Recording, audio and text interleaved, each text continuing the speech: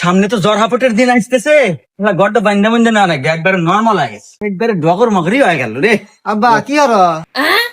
আরে কইস না, যে সামনে তো জ্বর হাপটের দিন আসতেছে, গড়টা তো বাঙ্গা চুরা শেষ, এখন তো বান্দা বুন্দা নাকবো এটা দেখতেছি। আব্বা আমরা কি ভাঙাচোরা ঘরে থাকি, তুমি বড় লোক ব্যাপারও নাই, ধনী ব্যাপারও নাই, বিল্ডিং বাড়ি থাকবি, এসি রুমে থাকবো, মজাই আলাদা। আরে বাজান, অত আশা করা ভালো না, আল্লাহ যা দেয় ওই নিয়ে সন্তুষ্ট থাকা উচিত। ও আচ্ছা আব্বা এই নাও, কি এটা? ওই আজকে পরীক্ষার রেজাল্ট দিছে আমার। ও কিরে, তুই মাত্র 33 নাম্বার পায় টেনে টেনে পাস করছু। ইস, আমার কত আশা আছিল তুই ভালো হয়ে পড়াশোনা হয়ে এ প্লাস পাবো, আমার মুখ উজ্জ্বল হয়ে যাবো। আব্বা হনু, অত আশা করা ভালো না, আল্লাহ যা দেয় ওইটুকু নিয়ে সন্তুষ্ট থাকা উচিত।